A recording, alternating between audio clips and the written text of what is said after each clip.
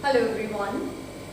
Today we are going to start magnetic effects of current and what's the basic source of the magnetic field, that is current. So in this chapter we'll see the different properties of the magnetic field, strength of magnetic field and the type of the magnetic fields produced when the current is flowing through a conductor. And this was first by a Danish physicist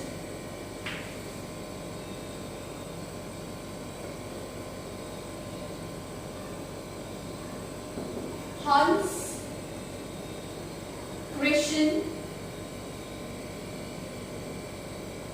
Ørsted. In 1820, he found that whenever a magnetic compass is placed near a current carrying wire, that compass is showing the deflection. So that magnetic compass will show the deflection whenever there is magnetic field. So he proved that whenever the current flows through a wire, magnetic field is produced. And now let us discuss what are the basic units of magnetic field.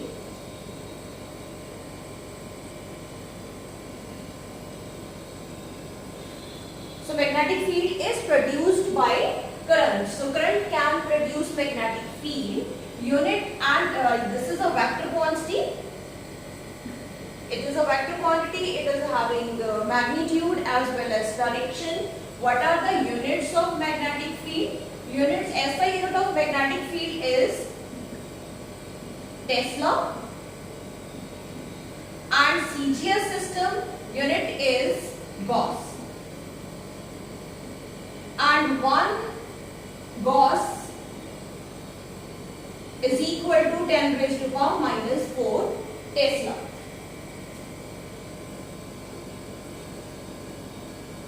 Now we'll discuss what would be the magnitude and direction of the magnetic field produced by a current carrying conductor. So before going to further derivations, first whatever you have already done in class 10 means you know how we can find out the direction of the magnetic field due to current. The field which is produced by the current, how we can find out the direction? We can use right hand thumb rule. So direction of magnetic field I am discussing first because this you are already aware of it.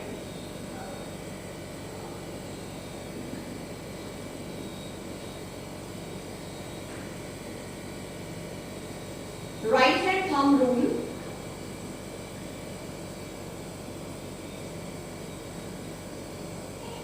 For example, if this is any conductor and let us consider direction of the current is from left to right.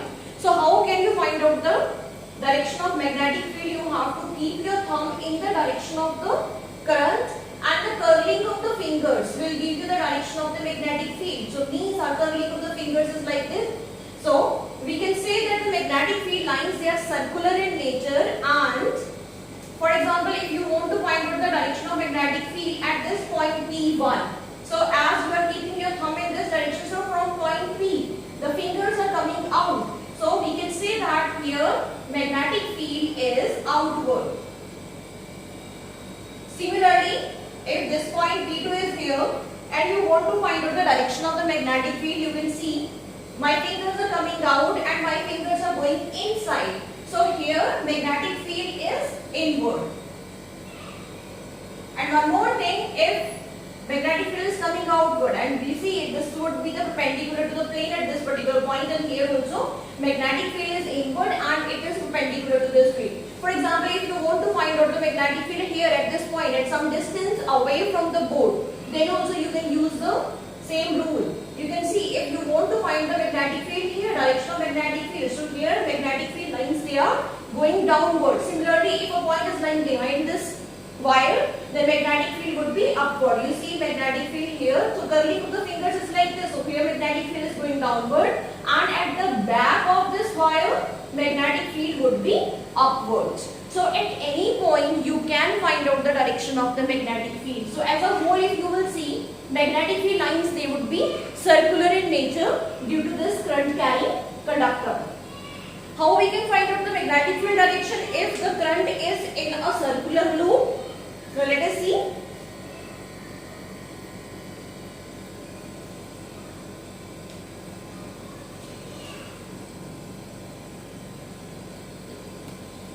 Let us consider this is a circular current carrying conductor, and let us consider the current is clockwise. Current is clockwise. Again the same right hand thumb rule you have to use. Now in this case you have to curl your fingers in the direction of the current, and thumb will give you the direction of the magnetic field. So you can see, for curling my fingers in the direction of the current, my thumb is inwards. So at the center the magnetic field is inwards. So magnetic field is inward here. And if you see, if you are considering a small current element, again you can use the same rule. And suppose this, for this small current element, what would be the direction of the field? You can keep your fingers here. So magnetic field, current is in the downward direction. Clockwise current we have taken. So current is in the downward direction. So you can keep your thumb in the downward direction. You can see your fingers are again going inwards. So what would be the type of the magnetic field lines here? They would be circular near the wire, and as you are going away and away from the wire, they are becoming more and more straight. Not exactly straight, but the curved lines would be there. So if suppose magnetic field, this current carrying conductor is lying in a plane perpendicular to the board, and current is in this direction, means current is in this direction. So you will curl your fingers in the direction of the current, and this thumb will give you the direction of the field here at the center. So field here is upwards. And if you are taking this small element here and you are going to keep your thumb in the direction of the current, you see curling of the fingers, means at every point field is outward. So here the field lines are circular. So this is the direction of the field line. So they are becoming curved as you are going away and away from the central point. So in this way you can find out the direction of the magnetic field. You can visualize what would be the direction of the magnetic field lines. Next, we will find out the magnitude of the magnetic field due to current carrying conductor. We'll use one law here, that is the Boyd-Swartz law.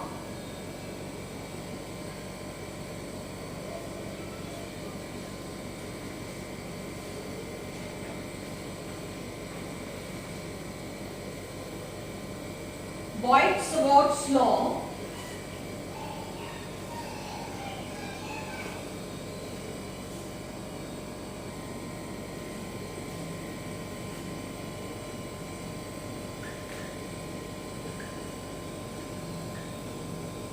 Boyd-Swartz law.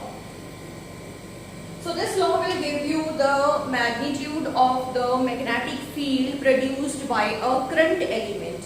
So current element is what? This is a small element of the conductor through which the current is flowing, because our conductor may be of any shape. So arbitrary shape we can consider. Suppose this is a current carrying conductor. Let us consider current I is flowing in this direction. So what we can consider? We can consider a small element of length dl. So current element is, this is basically the product of this current and dl. Current element would become I dl, and it would become a vector quantity because it is very small, and in this element the direction of the current is uniform. A particular direction is there. So this is the current element IDL, that the symbol we can use for this. Now, and you see, when you are able to find out the magnetic field due to the small element, we can find out the total magnetic field by using another methods of integration. So first we are going to find out the magnetic field due to current element. So we can write the statement of the Boyd-Swartz law. Magnetic field dB due to current element I dl is directly proportional to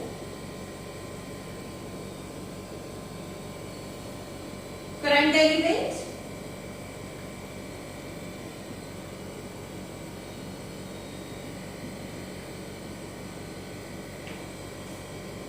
and sine of angle between current element and position vector of point of observation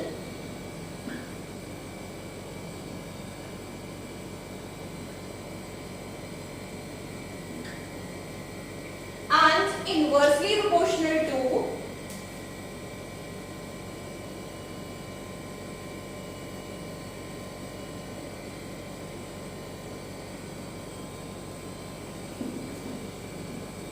the square of distance of point of observation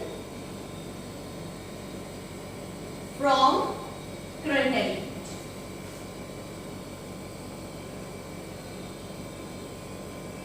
So mathematically we can say that magnetic field, small magnetic field due to the small current element is directly proportional to current element. Angle, sine of angle between, suppose the point of observation is lying here, let us consider it is here, and you see position vector would be drawn from the point P to the center of this current element. So this would be the angle theta, and it is directly proportional to sine of angle theta between the current element and position vector, and inversely proportional to the square of distance of point of observation from the current element. So combinedly you can write that small magnetic field due to current element is what? This is ideal sine theta over r square, and we can write dB is equal to one constant of proportionality we are going to use here, that is mu naught over 4 pi I dl sine theta over r square.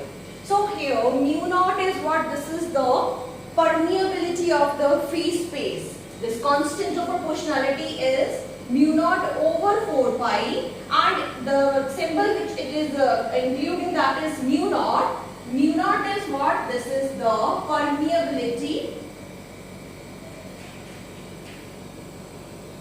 of medium or vacuum, we can write here free space.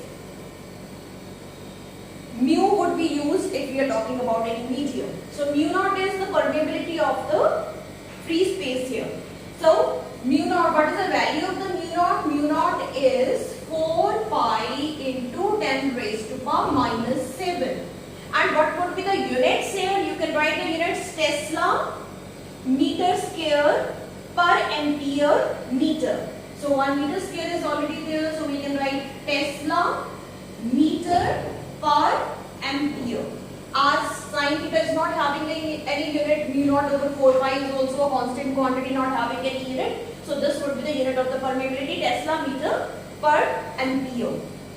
So this is what? This is the magnitude of the magnetic field produced by a small current element IDL.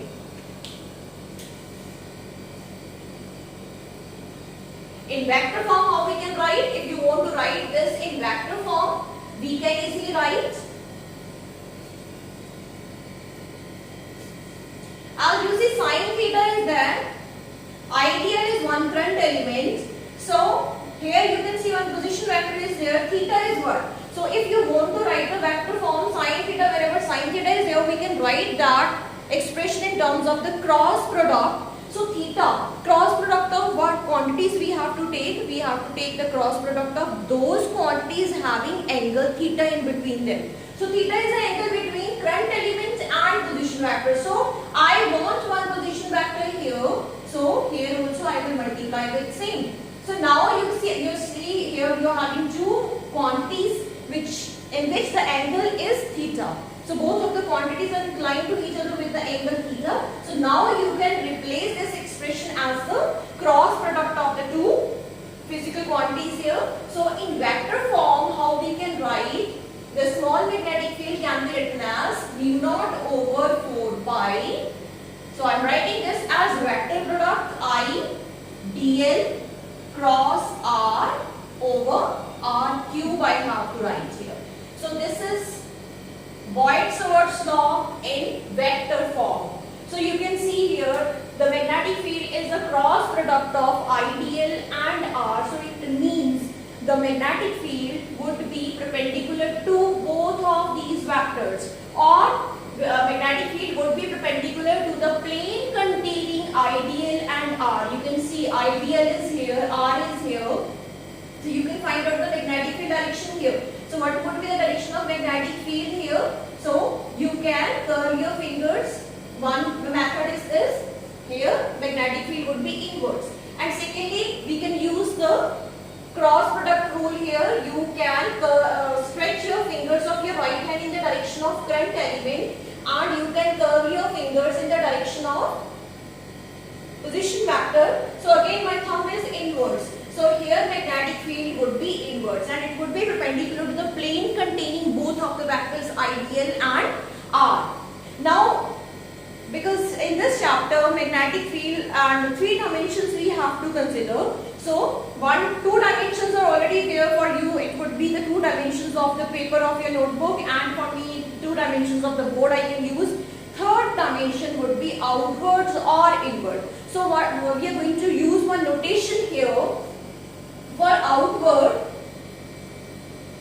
Wherever I want to speak outward, or I want to write outwards, I can use dot here, and for inwards I can write cross. So dot and cross we are going to use for the notations of outwards and inwards. So these 2 notations we are going to use. And next topic is about the applications of Boyd-Swartz law. In next video we are going to cover that.